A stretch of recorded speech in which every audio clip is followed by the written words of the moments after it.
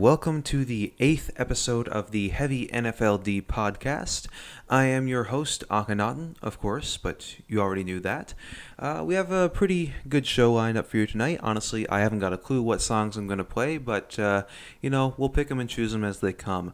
Of course, we are in February, which means it is Record Production Month. That is RPM, so I am expecting to have a lot of interesting / good albums / some questionable things to listen to this month, but whatever pops up on Bandcamp, we'll definitely be giving it a look. I certainly hope that we get some interesting metal releases, but without further ado, we're just gonna jump straight into the music, of course. And we're going to start it off with a song from the band Space Animals.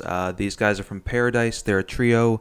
They play a combination of prog rock that seems to be inspired by video game themes. They remind me a lot of the Cartridge Family. I'm not sure if there's a bit of crossover with the members there, but I really like their stuff. This EP, Waveshine, it came out in 2016, and this is the title track.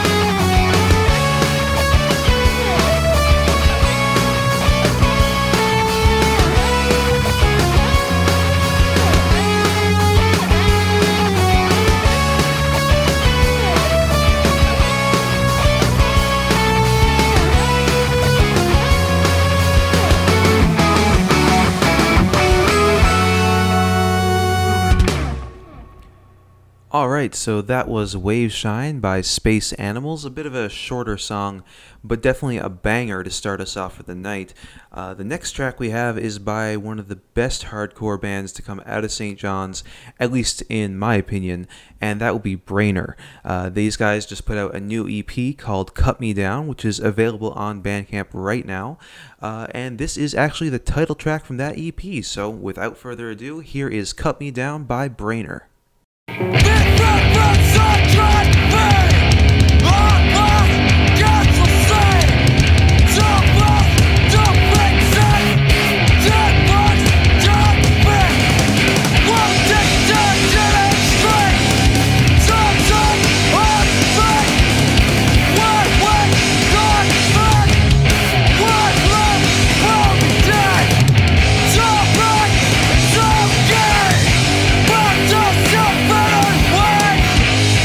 Go!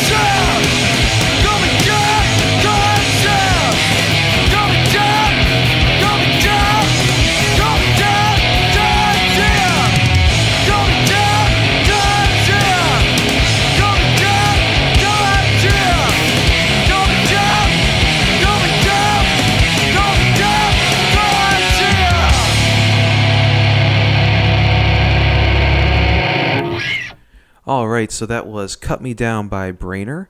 Up next, we have a song from one of my own projects. This would be Glacier Frost. I'm currently working on a new EP under this project. It's going to simply be called Frostmoon, and this is actually technically the title track from this EP as well. It's called Beneath the Risen Frostmoon.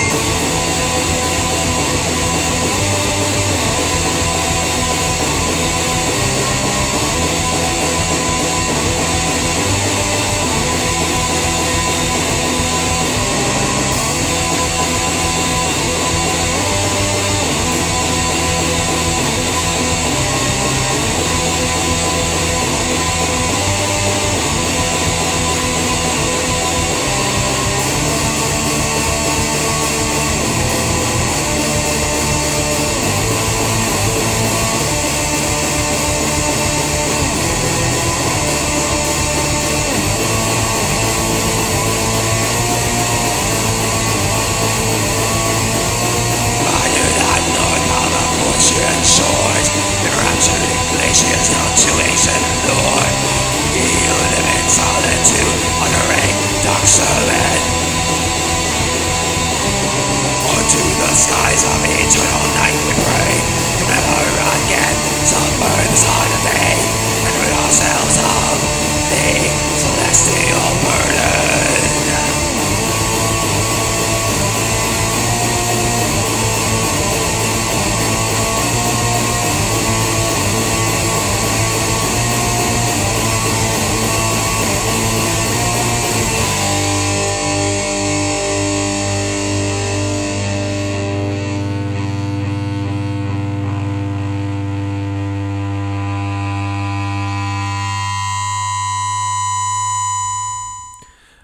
All right. Well, up next we have a song from a band from Halifax who are actually playing at the Peter Easton Pub on March 16th.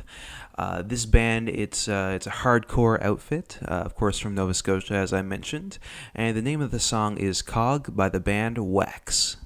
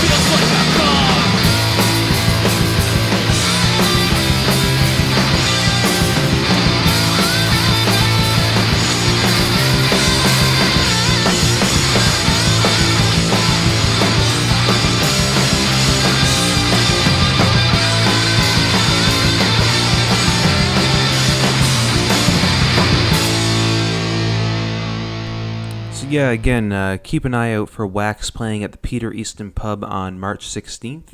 The next song we have is not exactly by a metal band, but they're hard rocking enough, I think, to warrant them being part of the heavy NFLD roster. And that will be Sea Dogs with their longest song from Dory of Souls, Wanted Man.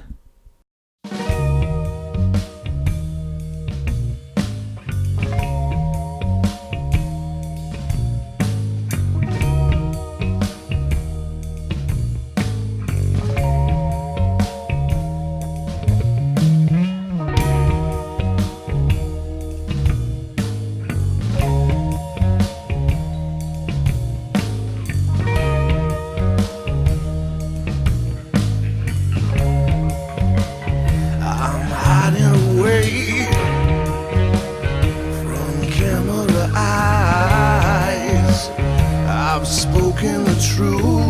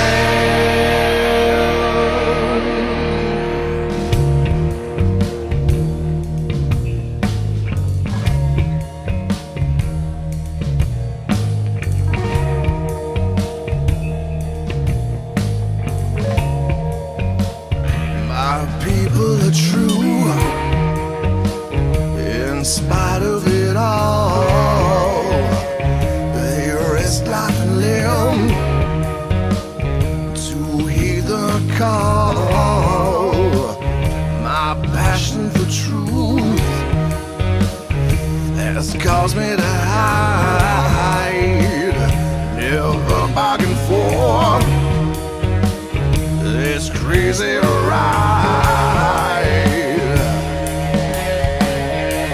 You won't believe it until you see it. I'm wanting me. I will release it because I need it. I'm wanting me. I don't wanna be here, but they wanna come take me away.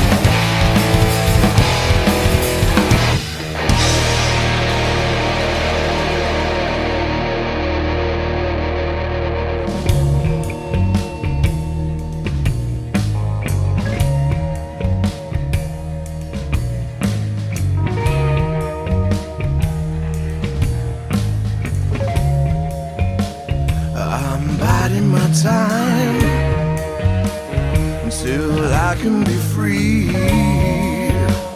A hero I'm not, so don't look to me. I'm only a man with small victories, but one at a time. The answers you'll see.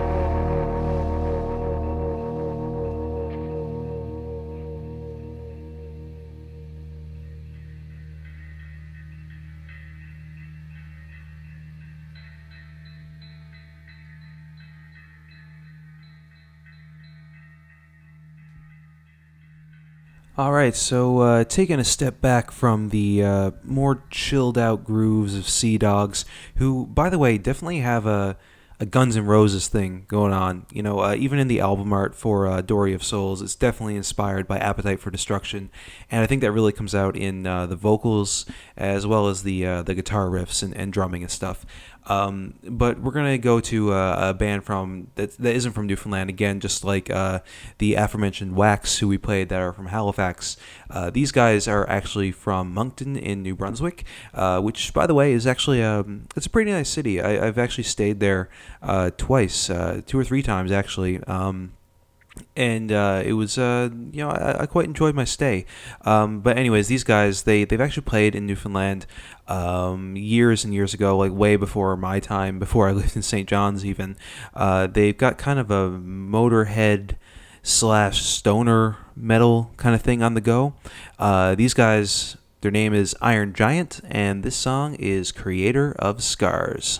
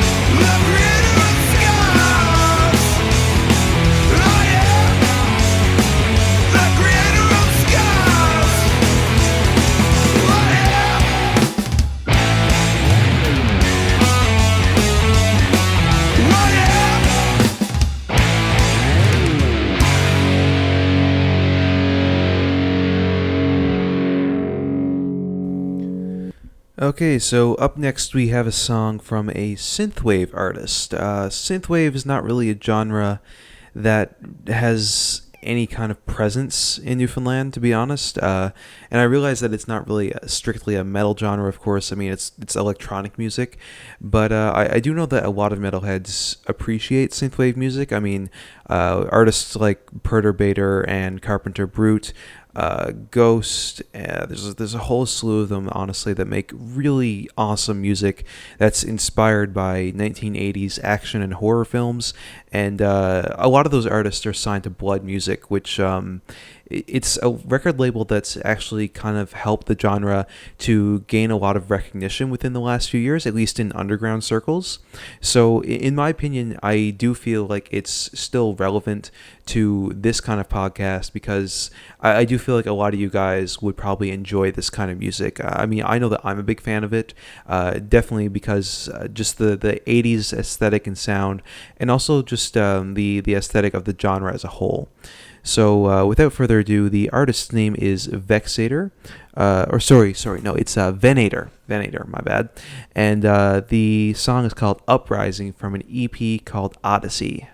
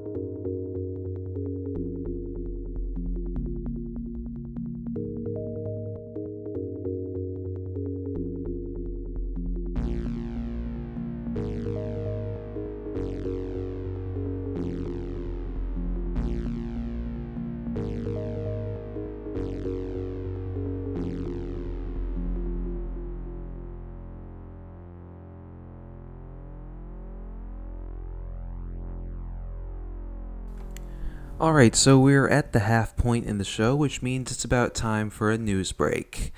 So first up, let's talk about the upcoming shows that are happening for the rest of this month as well as for the duration of March, because let me tell you, there are quite a few. So on February 22nd at the Ship, it's the fourth night of the 2018 Battle of the Bands.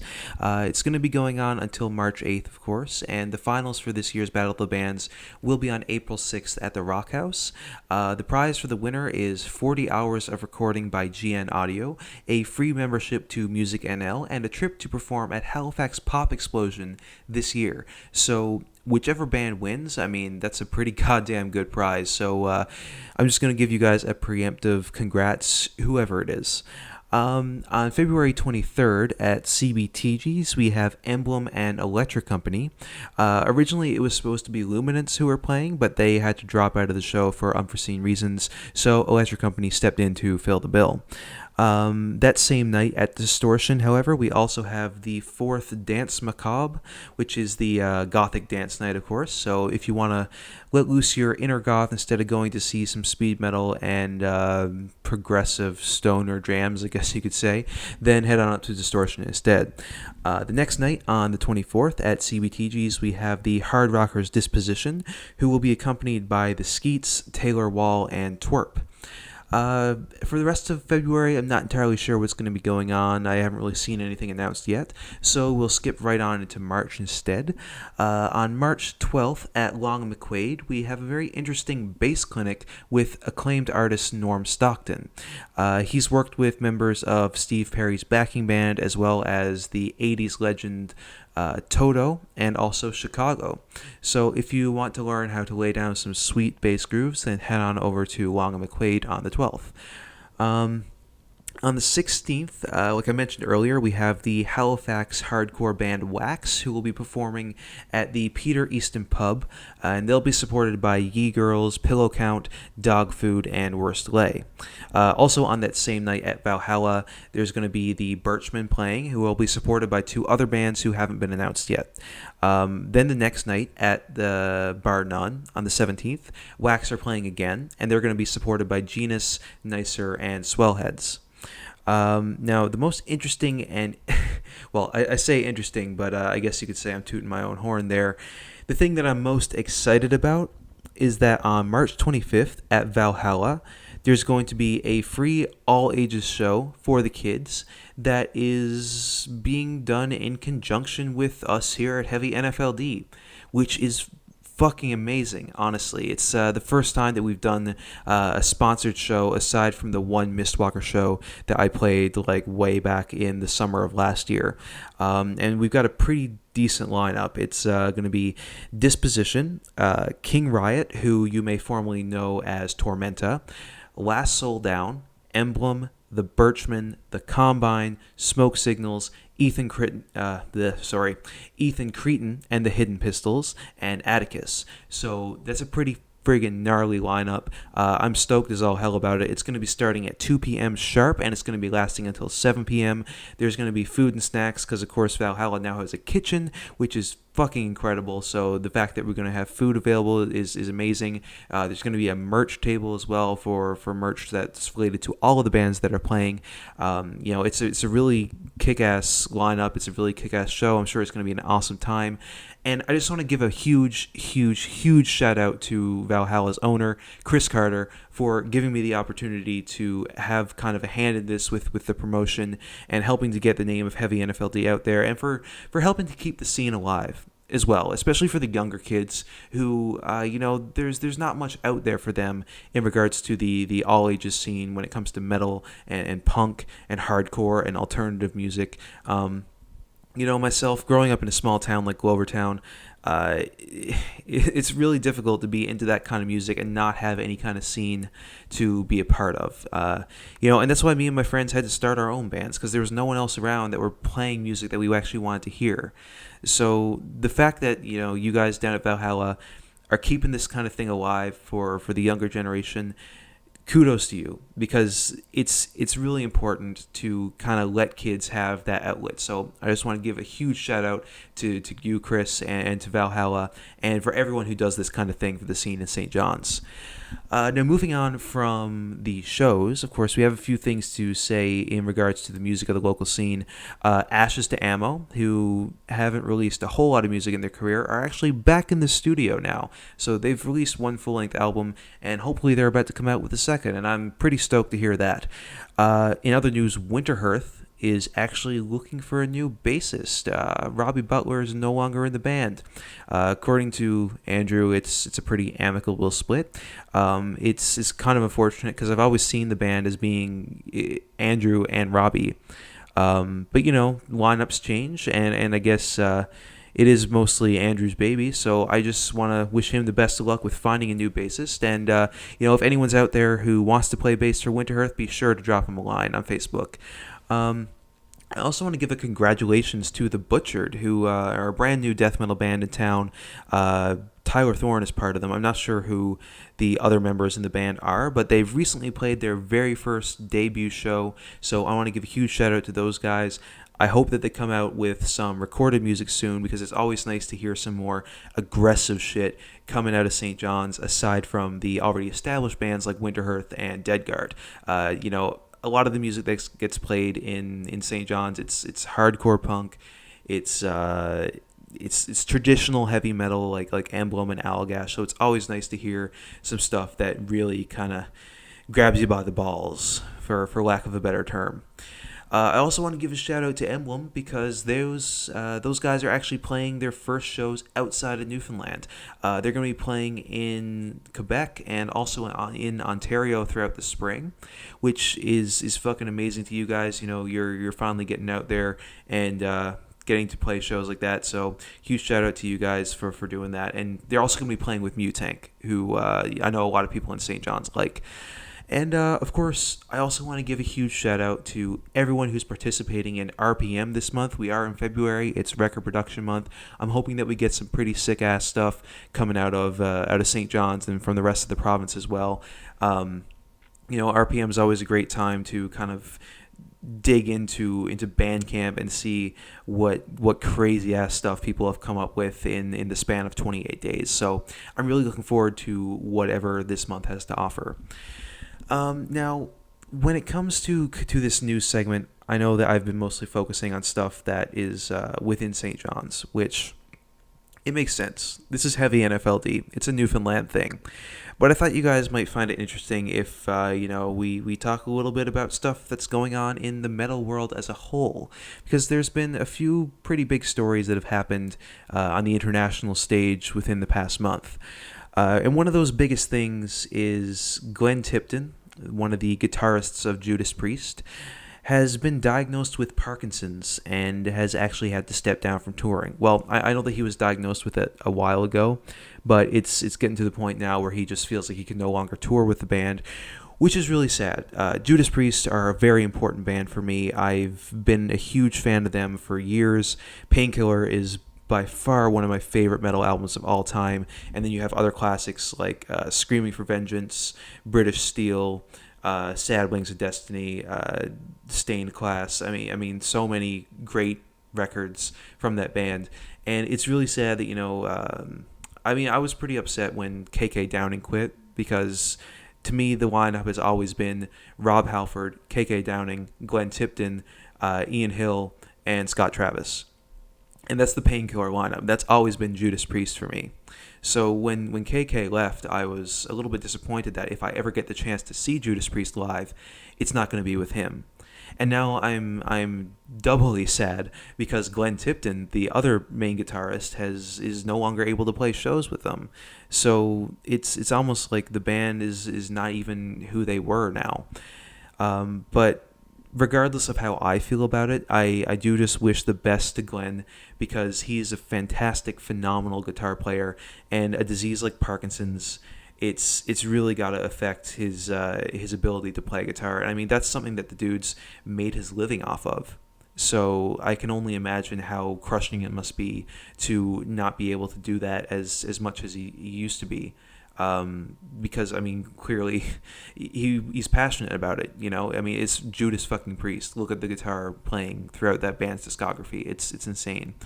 But yeah, regardless, it's just really unfortunate that it's something like this has had to happen, but I guess it's kind of unavoidable with age. And I mean, Judas Priest are certainly not youngsters. These guys have been around for decades, so I guess it's to be expected. In one of the other bigger main stories to come out this month, we have the Norwegian black metal band Taka, who I am a huge fan of. Norgesvapen is like one of my favorite black metal albums of all time. They've had a slew of shows canceled because of Antifa, who have leveled Nazi allegations towards the band's only composer and only official member, Host. This is obviously a pretty serious allegation, especially given the current political climate that we're living in North America and in the Western world in general, especially with everything that's happening in the United States right now. And I don't really want to get too much into the politics of this, but Host himself has actually come out onto social media and vehemently denied the claims of him being a Nazi. If you're wondering where this stems from, there was a concert in Germany that Taka performed years and years ago where he came out on stage with a swastika painted on his chest. And obviously, probably not the most savvy thing to do, but when you're talking about a genre like black metal, which, you know, a lot of what comes out of that genre is based on shock value, it's talking about sinister, sadistic, dark shit in the lyrics almost all of the fucking time, and death metal is no different. I'm not really surprised that he would do something like that. And I mean, especially in a country like Germany where the swastika bears so much cultural shame.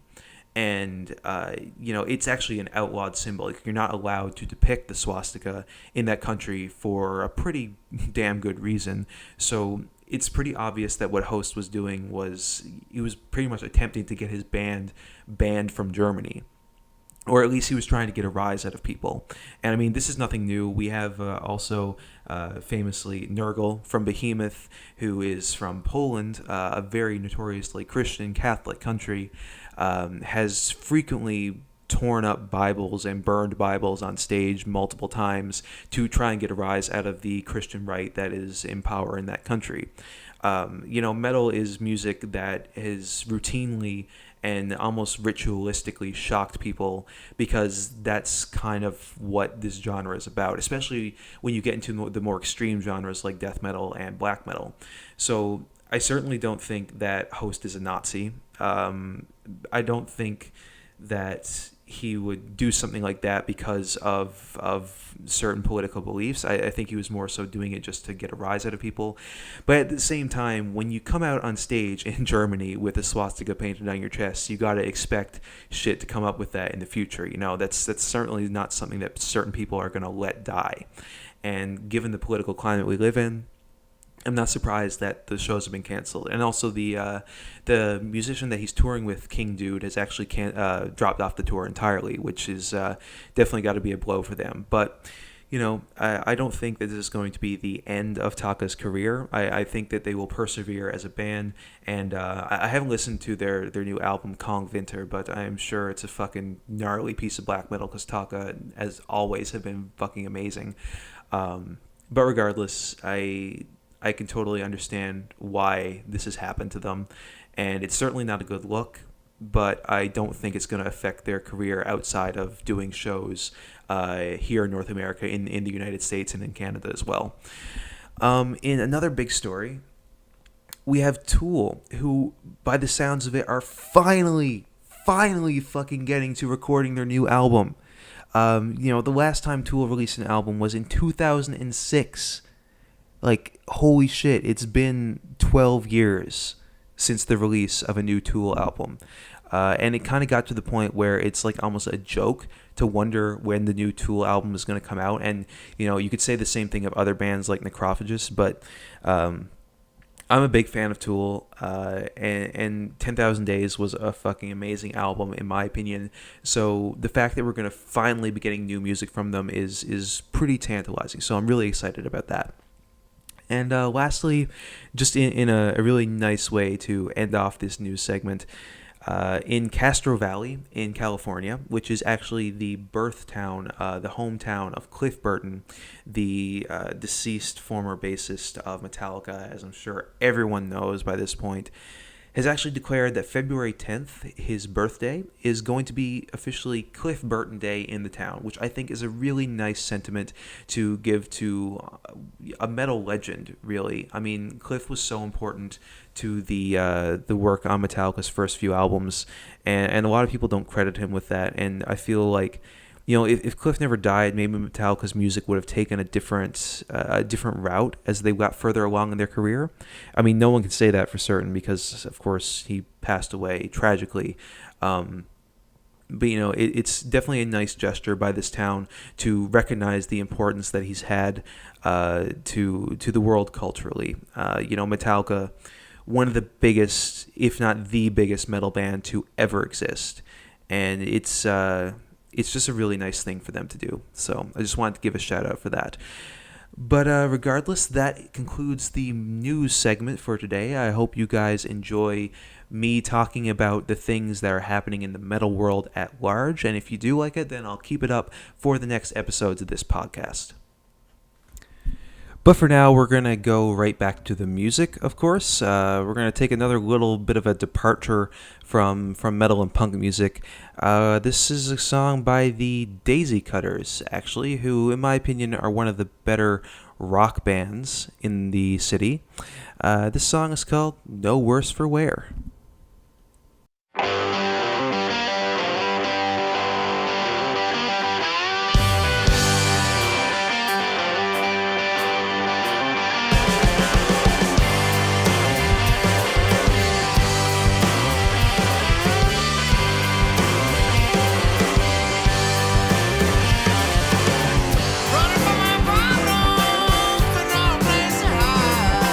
Keep on chasing sunset.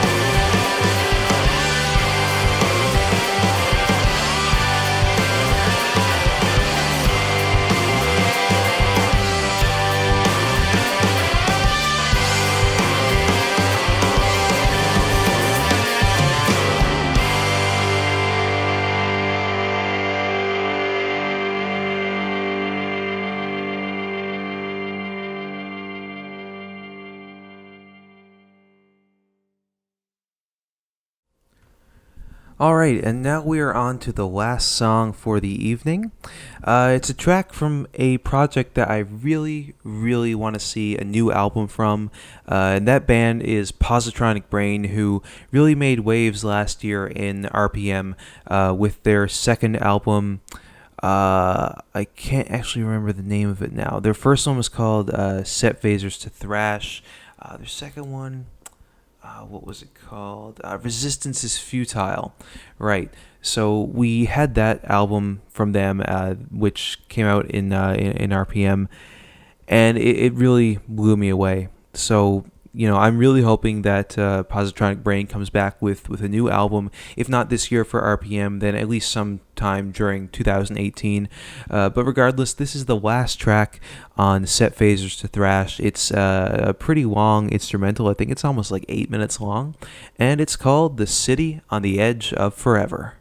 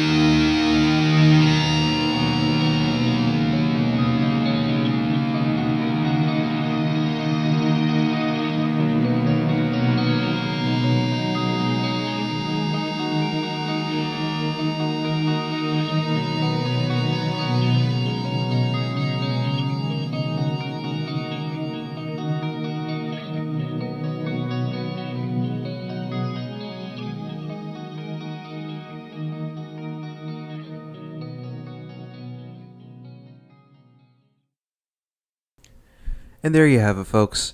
Thanks for coming over and listening to the 8th episode of the Heavy NFLD Podcast.